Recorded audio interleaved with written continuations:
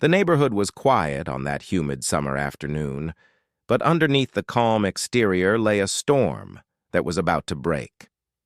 For years, the residents had grown accustomed to the constant presence of their homeowners association. On paper, the HOA was meant to keep the community orderly and maintain property values. In reality, however, it had morphed into something entirely different. It had become a source of frustration, fear, and even humiliation for anyone who dared to resist its authority. Rules were enforced not with fairness, but with intimidation. Fees were collected not with reason, but with threats. And when the board members wanted to make an example of someone, they always chose those who could least afford to fight back. At the center of this upcoming drama was a man named Thomas Reynolds. Thomas was a 68-year-old veteran who had served his country for decades, first as a Marine in Vietnam and later as a logistics officer in the Army. His life had been defined by service, discipline, and sacrifice. He had never been wealthy, but he had lived with dignity and pride. After his wife passed away, he decided to move to a small house in a quiet subdivision, hoping to spend his retirement years in peace. It wasn't much, but it was his sanctuary, a modest home bought with the savings he had carefully tucked away over the years. Unfortunately for Thomas, his new neighborhood was under the grip of one of the most notorious HOAs in the county. The board was led by a trio of power-hungry individuals who thrived on control. Harold, the president who relished in lecturing residents like a school principal. Susan, the treasurer who treated the HOA's bank account as her personal piggy bank.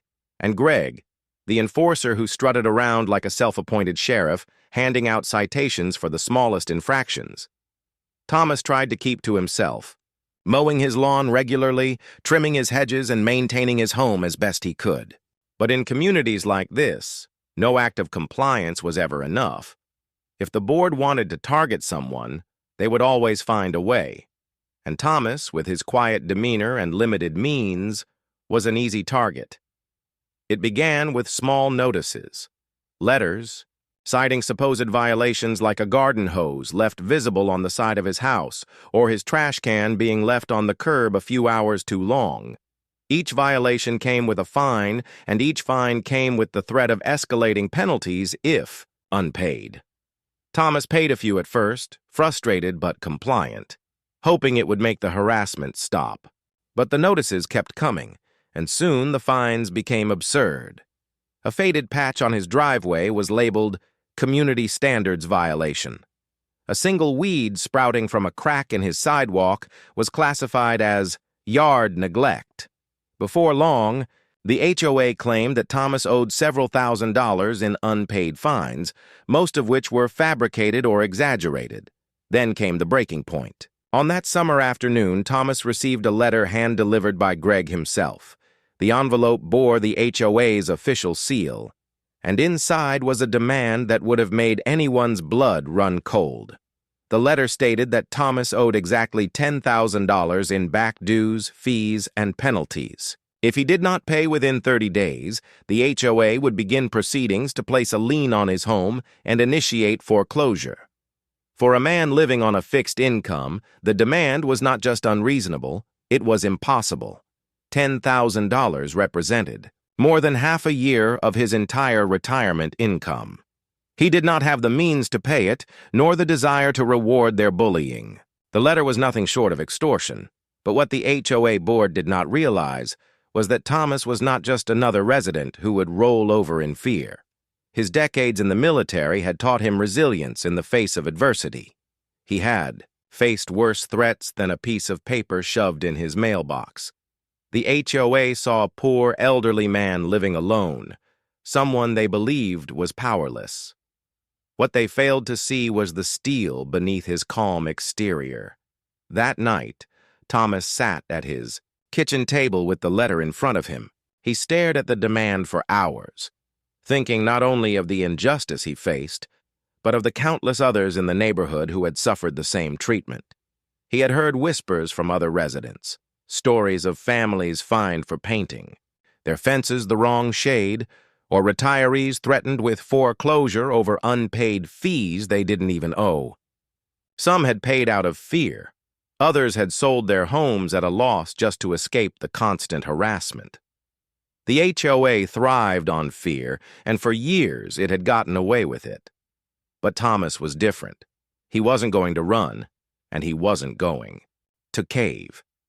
He began making phone calls the next morning, first to a lawyer who specialized in property disputes, then to county offices where he began requesting records. He wasn't sure yet what he was looking for, but his instincts told him that an organization as corrupt and arrogant as this HOA would eventually slip up, and if they had, he intended to find it. Days turned into weeks, and Thomas gathered evidence, quietly, methodically. He discovered irregularities in the HOA's financial statements, discrepancies in how funds were collected and spent, and even records of missing money that could not be accounted for. The deeper he dug, the more it became clear that this was not just about him. This was about a system of abuse that had gone unchecked for far too long. Meanwhile, the board continued their pressure campaign, posting notices on his door and even sending Greg to pound on his windows late at night. But Thomas no longer felt fear. With every piece of evidence he collected, his resolve grew stronger. He realized that he wasn't fighting just to save his own home. He was fighting for the entire neighborhood. And then came the moment of revelation. While reviewing county land records, Thomas uncovered a loophole buried in the original subdivision documents. Decades ago, when the neighborhood was first established, the developer had written into the deed restrictions a clause that granted certain rights to property owners who acquired adjacent lots.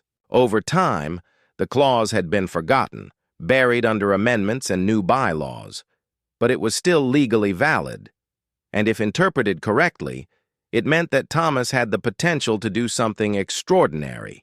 Something that would turn the tables completely on the people who were trying to destroy him. For now, he kept the discovery to himself, carefully planning his next move. The HOA believed they had cornered him with their $10,000 demand. But in truth, they had just awakened. A man with nothing to lose and everything to fight for. The stage was set and the first battle line had been drawn. The 30-day deadline imposed by the HOA ticked away like a countdown clock, but Thomas Reynolds was no longer the man they believed they were dealing with. Instead of cowering, he was plotting. Every night, as the neighborhood's porch lights flickered on and silence settled across the subdivision, Thomas sat at his kitchen table with stacks of documents spread around him. He worked like a man on a mission, combing through every line, every receipt, and every report. His old military instincts had returned, the same discipline he once used to plan supply routes and manage logistics during tense overseas operations, was now being applied to a suburban battlefield. The first part of his strategy was simple: information. The HOA board thrived on secrecy. Most residents never questioned where their dues went, how budgets were balanced, or why sudden fees appeared. They assumed the board had the authority to do whatever it pleased, and in that assumption lay the HOA's power. But Thomas was different. He knew that organizations like this could only maintain their dominance if nobody challenged them. The moment someone demanded accountability, cracks would begin to appear. Thomas started requesting financial records, invoking state laws that required HOAs to maintain transparency with their members. At first, Harold, the board president, tried to stonewall him, claiming the records were not readily available or currently under audit. But Thomas was relentless. He filed formal requests, cited statutes, and even hinted at potential legal action. Eventually, the board relented, handing over stacks of documents they believed were incomprehensible to an ordinary homeowner. What they didn't know was that Thomas had spent decades managing complex supply chains worth millions of dollars. Numbers were his language, and mismanagement screamed at him from every page. He noticed immediately that large sums of money were being withdrawn under vague categories like community improvements and administrative fees. Yet, When he looked around the neighborhood, there were no new amenities, no visible improvements, and no justification for the expenses. Even more telling were the payments made to companies that did not seem to exist, shell contractors that appeared only on paper. Thomas highlighted every inconsistency, every suspicious entry, compiling them into a growing file of evidence. But information alone wasn't enough. He needed leverage, something that would not only expose the HOA's corruption, but also give him power over them. That was when he remembered the clause he had discovered buried in the original subdivision documents. It was an old provision from when the neighborhood was first built. The developer had included a rule that granted additional voting power to any resident who acquired multiple adjacent lots. It was a way to encourage investors to buy in bulk during the early days of construction. Over the years, as the neighborhood filled up, the clause had been forgotten, buried under amendments and ignored by successive boards, but legally, it had never been removed. Thomas realized that if he could acquire even a few strategic lots, he would not just be another homeowner. He would become one of the most powerful members of the association itself. With enough lots, he could potentially hold more voting power than the very people threatening to foreclose on him. It was a revelation that made him sit back in his chair and smile for the first time in weeks. The question now was how to obtain the lots. Buying property required money, and money was the one thing Thomas didn't have in abundance. But the same records that revealed financial irregularities also revealed another truth.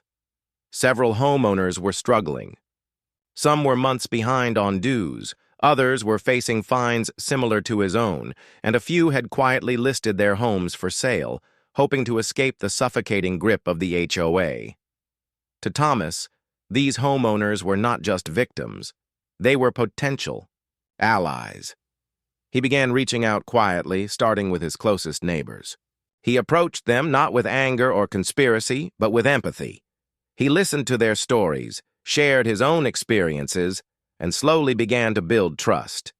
One by one, his neighbors opened up to him, confessing how the HOA had drained their savings, threatened their families, and made their lives miserable. Many of them admitted they were considering leaving the neighborhood altogether, but selling had become difficult with the HOA's reputation scaring off buyers. This was where Thomas's strategy truly took shape.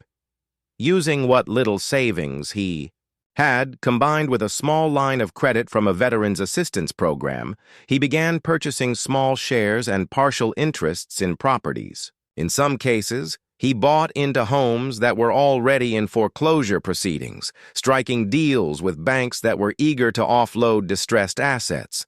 In other cases, he negotiated directly with desperate homeowners, offering them a way out while promising to carry the fight forward. Each acquisition was modest on its own, but collectively, they began to form a pattern. By the time the 30-day deadline approached, Thomas had quietly secured controlling interests in 3 properties adjacent to his own. According to the subdivision's original bylaws, this meant his voting power had tripled. He was no longer a single voice against the board. He was a block. Meanwhile, the HOA board grew increasingly aggressive. Harold sent letters filled with legal jargon, Susan piled on late fees, and Greg took to patrolling Thomas's street with a smug expression, as if daring him to resist. What none of them realized was that their target was no longer just a poor veteran struggling to survive. He was now a man with allies, assets, and a plan. Thomas's next move was to prepare for the inevitable showdown. He knew the HOA would eventually call a general meeting to address his alleged debt, and when that day came, he intended to turn the tables. He gathered all his evidence into a binder, every questionable financial transaction, every irregularity in the records, and every example of harassment. He also documented his new ownership stakes, making sure he had legal proof of his expanded voting rights.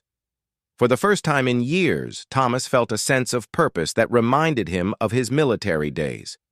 He was not just defending himself. He was fighting for justice, for his neighbors, and for the principle that bullies could not be allowed to rule unchecked. His home had become his command center, his neighbors, his troops, and the upcoming HOA meeting his battlefield. As the sun set on the eve of the meeting, Thomas stood at his window looking out over the quiet street. The board believed they had cornered him with a $10,000 demand, but what they had really done was awaken a strategist, a leader, and a fighter.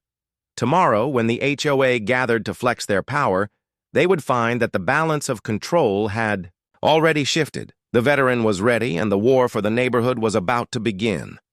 The community center was a modest building, sitting at the edge of the neighborhood park. It was rarely used except for annual HOA meetings or the occasional birthday rental, but tonight it had become the arena for a battle that would decide the fate of the subdivision. Rows of folding chairs filled the room, and nearly every seat was occupied. Word had spread quickly that the board planned to deal with Thomas Reynolds, the poor veteran who supposedly owed $10,000 in unpaid fines and fees. The residents had come expecting a spectacle. Some were curious, others fearful, and many quietly resentful of the HOA's heavy-handed tactics. But most of all, they were tired. Tired of the endless fines, the threats, the feeling that their own homes were no longer theirs to control. The meeting was supposed to be routine, but there was a buzz in the air, a sense that something different was about to happen. At the front of the room, the board sat behind a long table draped in a white cloth. Harold, the president, cleared, his throat repeatedly as he organized his papers, relishing the attention. Susan, the treasurer, tapped at a calculator as if to intimidate the crowd with her command of numbers. Greg leaned back in his chair with arms folded. His presence meant to remind everyone that he was the board's muscle. Together, they projected the image of control. But in the back of the room sat Thomas. Dressed in a pressed button-down shirt and clean slacks, he looked calm, almost serene. In front of him was a leather binder filled with documents, neatly tabbed and organized.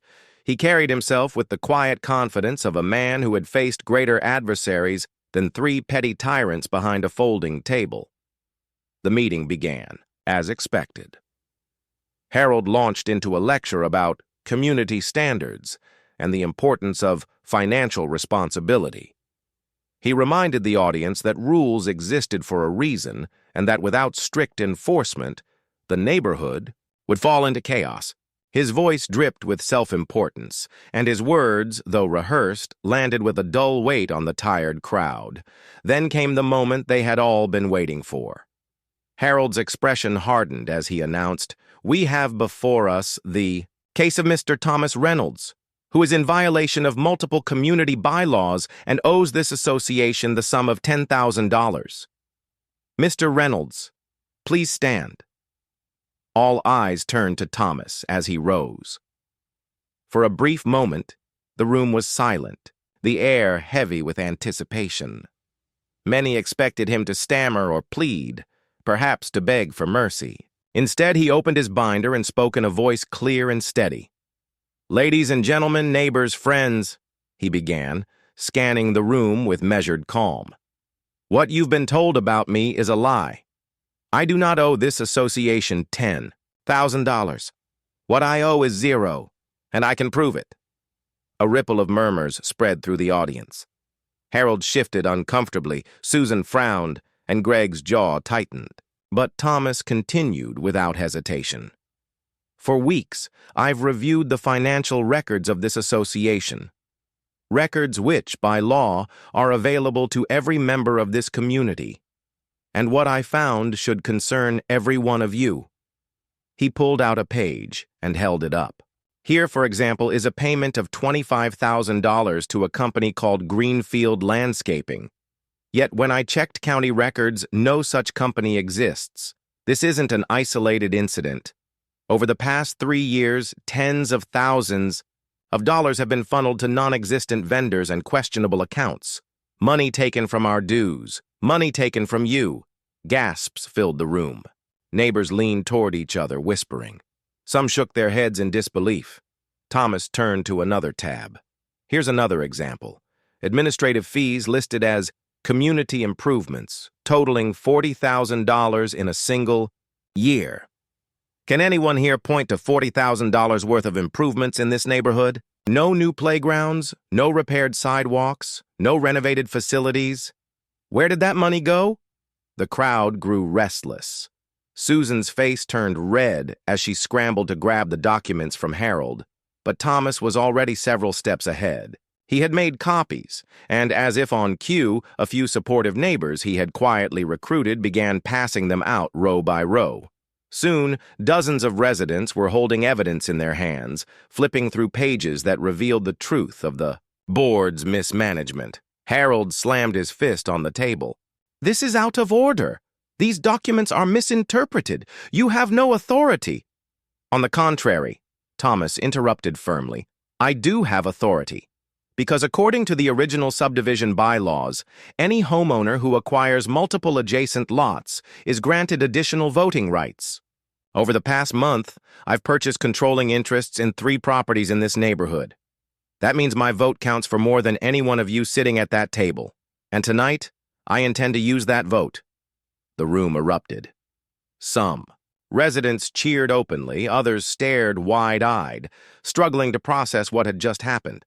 The board members looked stunned, as if someone had pulled the rug out from under them. Greg leaned forward, his face twisted in anger. But Thomas met his glare with the calm of a soldier who had stared down far worse threats.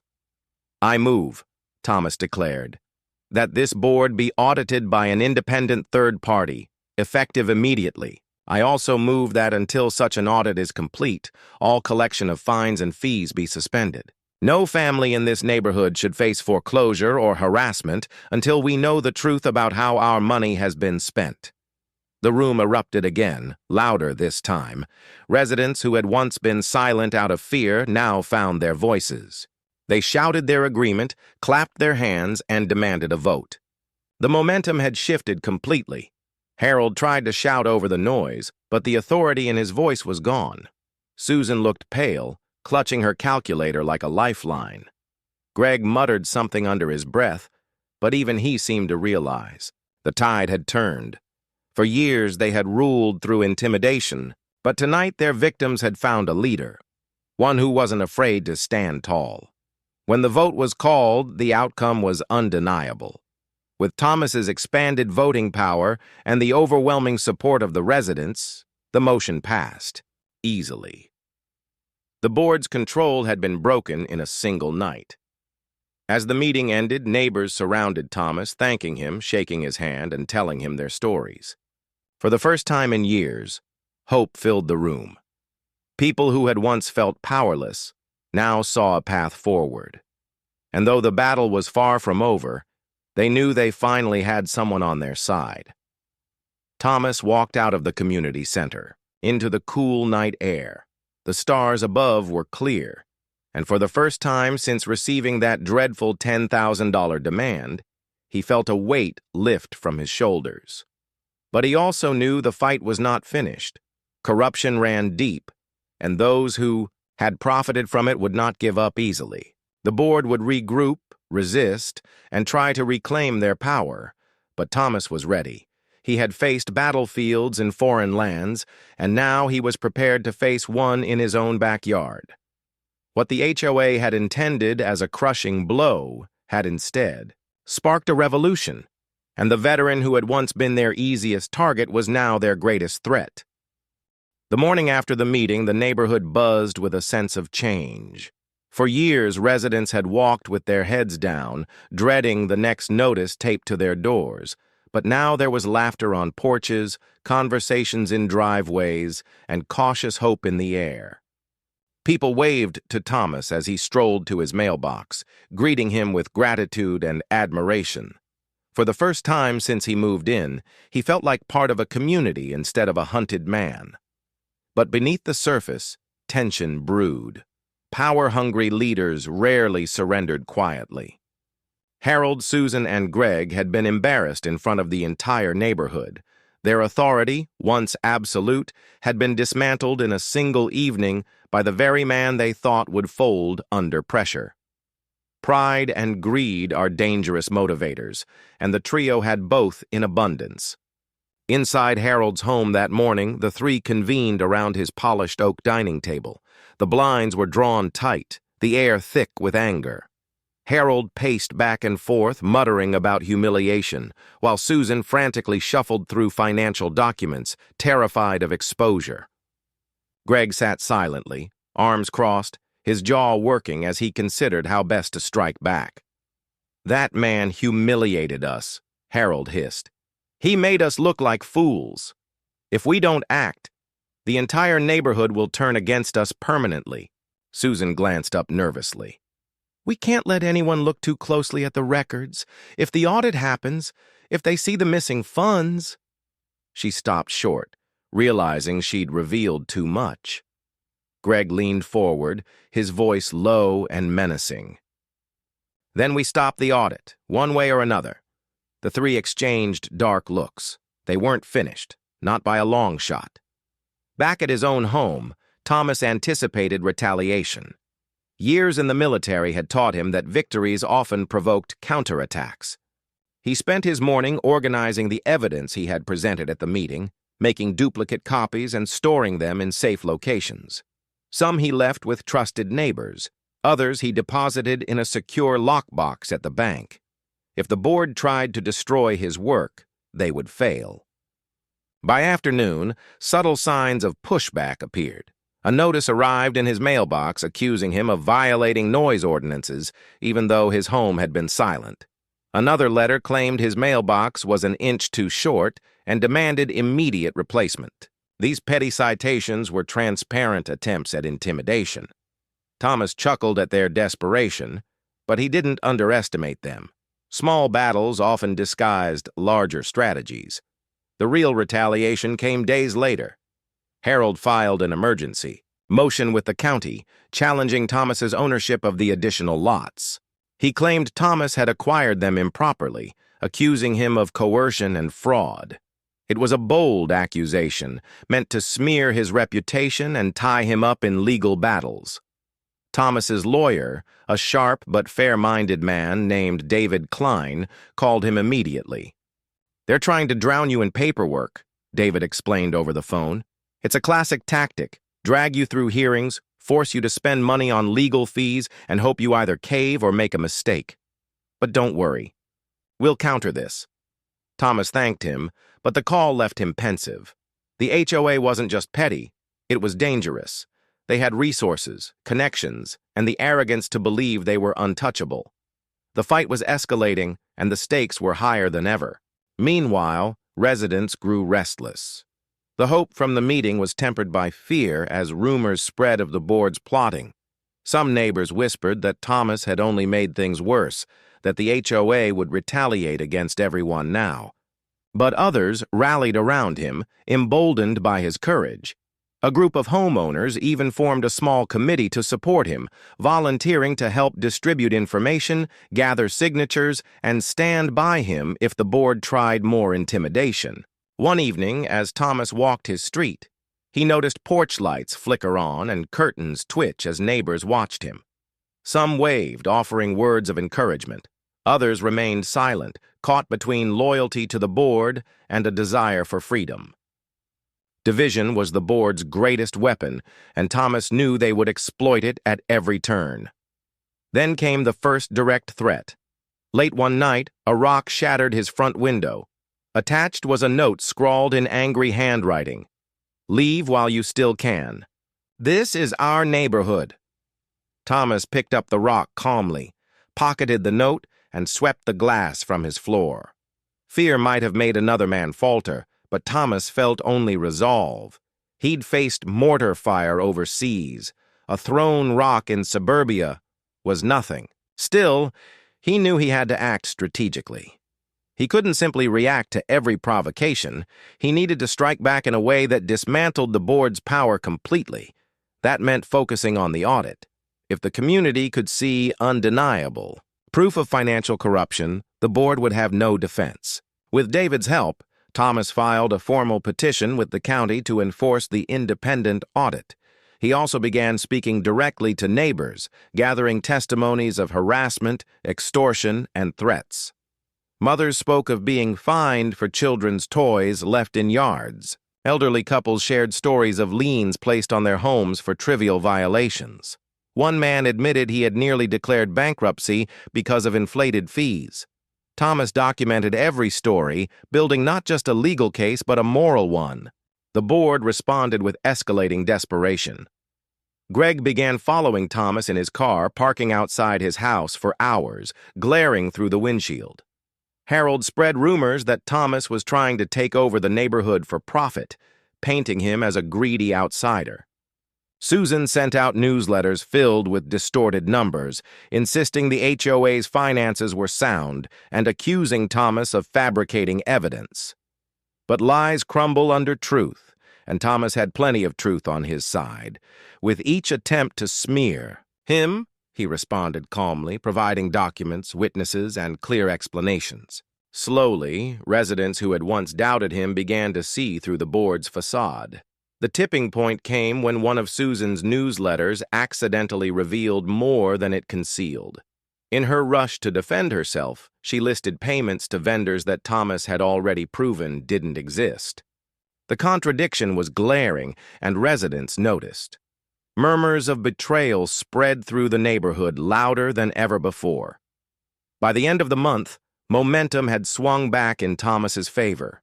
The county approved the petition for an independent audit, scheduling it to begin within weeks. For the board, it was a death sentence. For Thomas, it was the breakthrough he had been working toward, but victories often come with new risks. The night he received confirmation of the audit, Thomas returned home to find his front door ajar. Inside, his living room was ransacked, papers scattered, drawers pulled out. It was clear someone had broken in, searching for his evidence, but they hadn't found what they wanted. His duplicates were safe, hidden far from reach. Thomas stood in the wreckage of his home, breathing deeply. He felt no fear, only a grim determination. The HOA had escalated beyond intimidation into criminal acts, and by doing so, they had crossed a line they could never return from. The war for the neighborhood was no longer about fines or bylaws. It was about corruption, justice, and survival. And Thomas, the veteran who had once come here seeking peace, now found himself the reluctant general of a growing rebellion. The retaliation had begun. But so had the countdown to the board's downfall. The weeks leading up to the audit felt like a pressure cooker inside the neighborhood.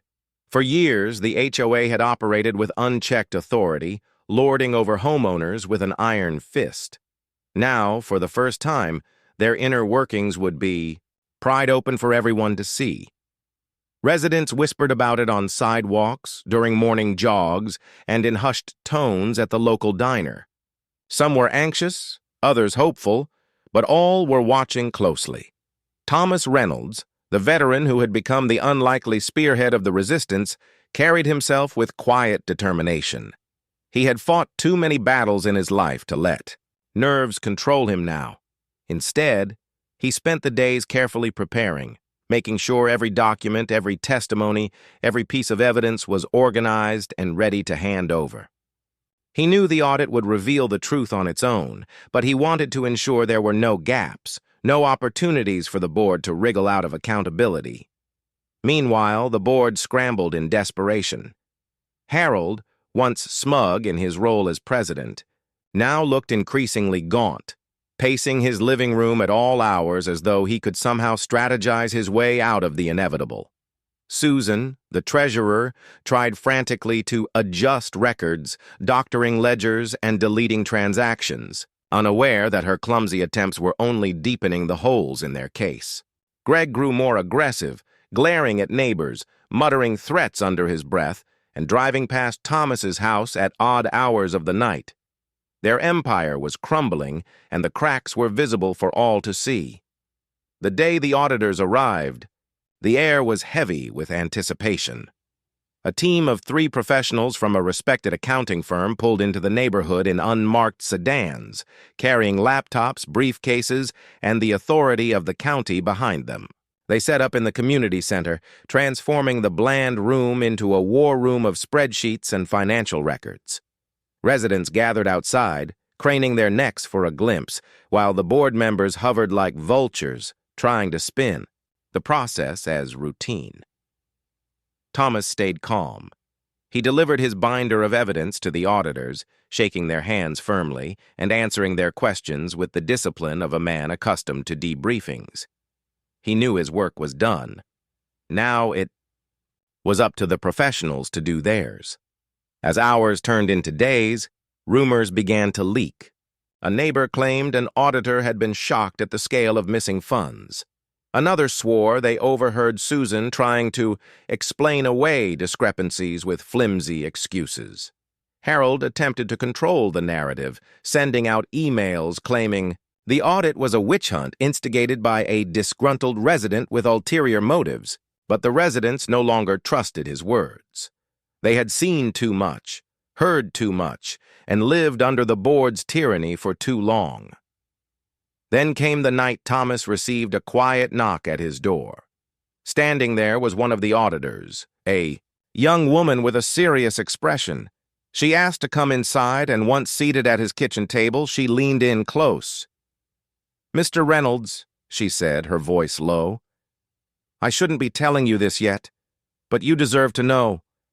What we've uncovered is far worse than anyone suspected. We're not just talking about sloppy bookkeeping. We're talking about embezzlement, fraud, and misuse of funds on a massive scale. Hundreds of thousands of dollars have vanished over the years, and much of it points directly to the current board."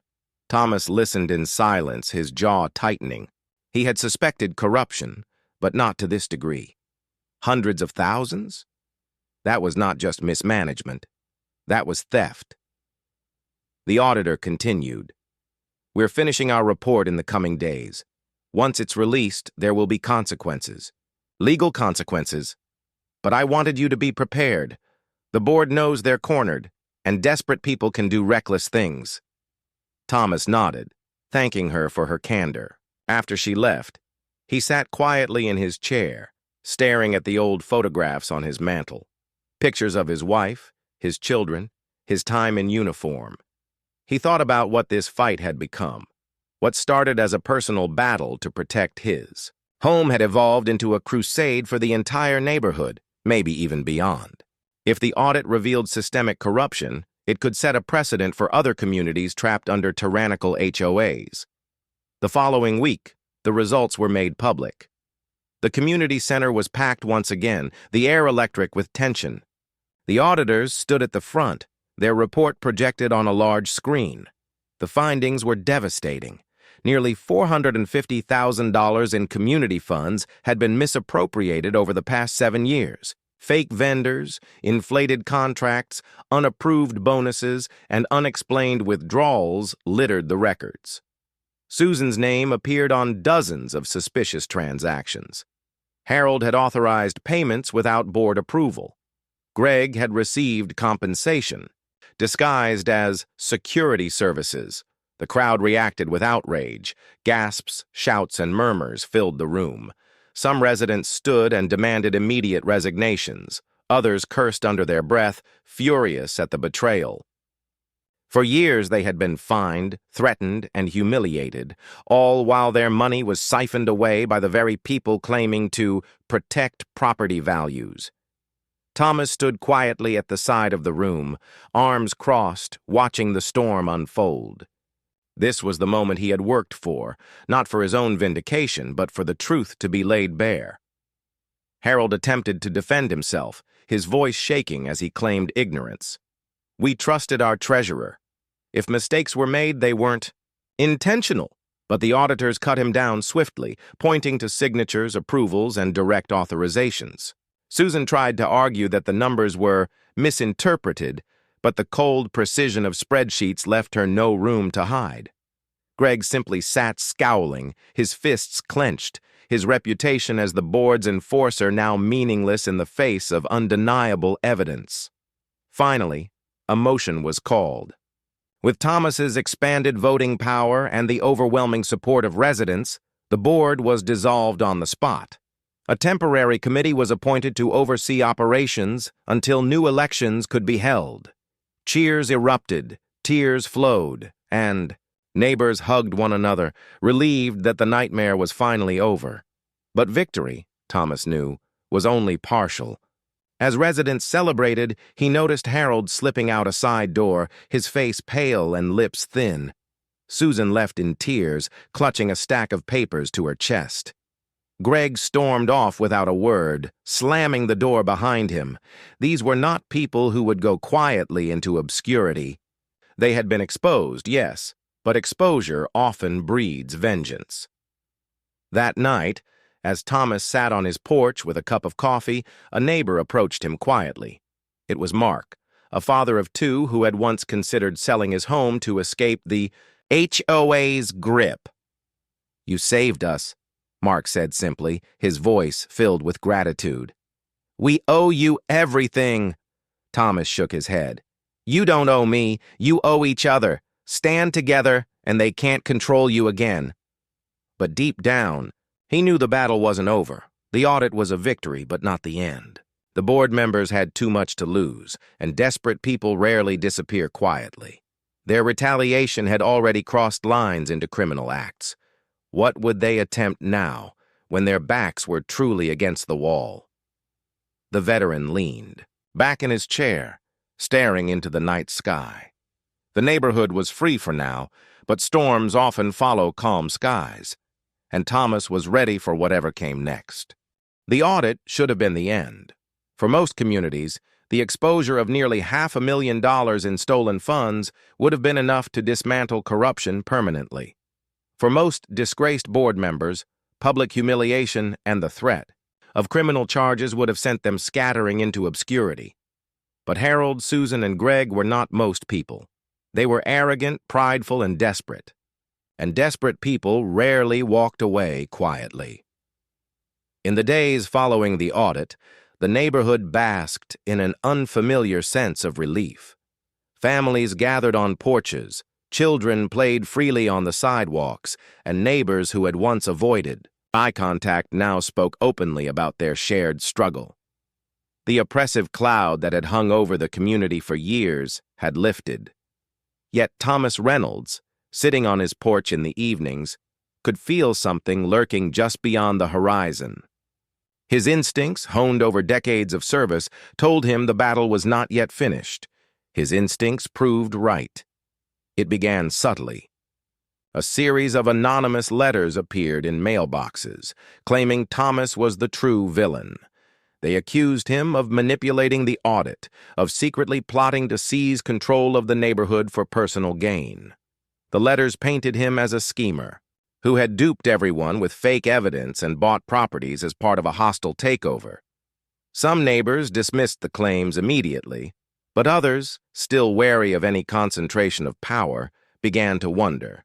Doubt spread like a slow-moving fog. Then came the vandalism. Spray-painted words appeared on sidewalks near Thomas's home. Thief, liar, traitor. The phrases were crude, but their intent was clear. Greg's handiwork was written all over them. Not long after, Susan was spotted sneaking into the community center late at night, stuffing shredded papers into trash bags. Rumors swirled that she was destroying whatever evidence she hadn't already altered. Harold, meanwhile, filed frivolous lawsuits against the temporary committee, claiming the dissolution of the board was illegal and demanding reinstatement. It was their last stand, and it was reckless. Thomas remained steady. He had expected this. He doubled down on transparency, inviting neighbors into his home to review documents, showing them every detail of his acquisitions and his intentions. "I didn't come here to own this neighborhood," he told them. "I came here to live in peace. But when peace was threatened, I fought back, and I'll keep fighting until all of us are safe." His honesty won over many doubters, but the tension lingered. The breaking point came one Friday night when flames lit up the darkness. One of the vacant homes Thomas had recently acquired went up in fire, the orange glow casting eerie shadows across the street. Neighbors poured out of their houses, calling 911, watching in horror as the structure burned. It was arson, unmistakably, and everyone knew who was responsible even without proof. Thomas stood among the crowd, the heat of the flames reflecting off his face. He didn't shout, didn't curse. He simply watched. The board members had crossed a final line, escalating, from corruption to outright destruction. But fire has a way of illuminating truth, and in their desperation, Harold, Susan, and Greg had sealed their own fate. The county sheriff's office launched an investigation. Thomas handed over every shred of evidence he'd collected, not just of financial crimes, but of harassment, threats, and now, suspected arson. Several neighbors bravely stepped forward with testimonies of intimidation, describing late-night visits from Greg, phone calls from Harold, and suspicious offers of hush money from Susan. Piece by piece, the puzzle formed a picture of criminal conspiracy. Within weeks, arrests were made. Harold was led away in handcuffs for embezzlement and fraud. Susan faced charges of falsifying financial records and obstruction of justice. Greg, the enforcer, was charged with harassment and, eventually, arson after investigators matched accelerant traces to his garage. The neighborhood that had once lived in fear now watched justice delivered in real time. For Thomas, the victory was bittersweet. He hadn't sought to become a leader or a symbol, yet here he was, the man who had dismantled a corrupt empire with little more than persistence, truth, and the resilience of a veteran's spirit. But even as the board crumbled, another unexpected twist emerged. During the legal fallout, the county reviewed the subdivision's outdated bylaws. The clause that granted Thomas expanded voting rights, though valid, was deemed archaic and problematic. Yet before it could be amended, Thomas had already leveraged it to acquire significant influence. With the board dissolved and no one left to oppose him, Thomas found himself in a unique position.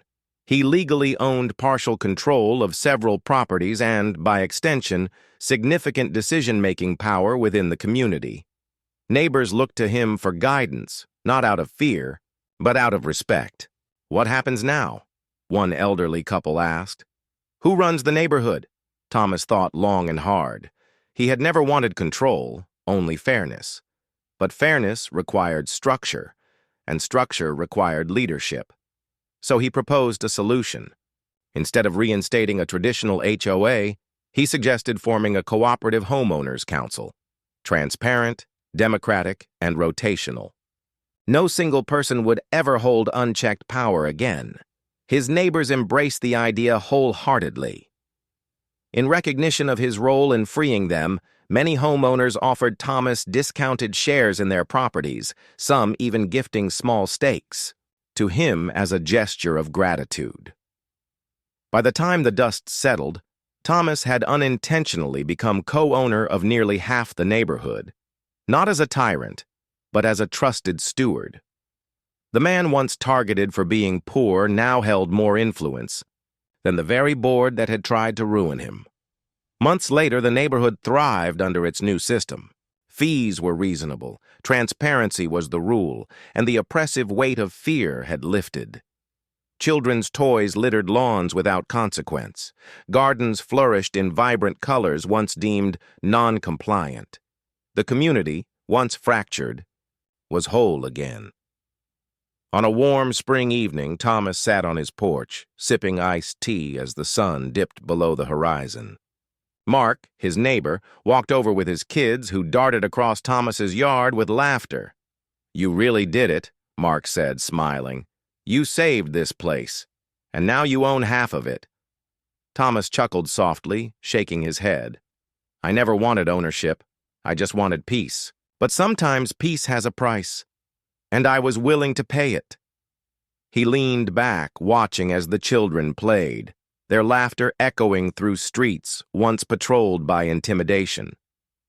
For the first time since moving here, he felt truly at home. HOA had demanded $10,000 from a poor veteran, believing he would break under the weight of their corruption. Instead, they had awakened a fighter who turned their greed against them. And in the end, the man they tried to destroy became the guardian of the very neighborhood they had sought to control. The war was over. The neighborhood was free. And Thomas Reynolds, the veteran, finally found the peace he had earned.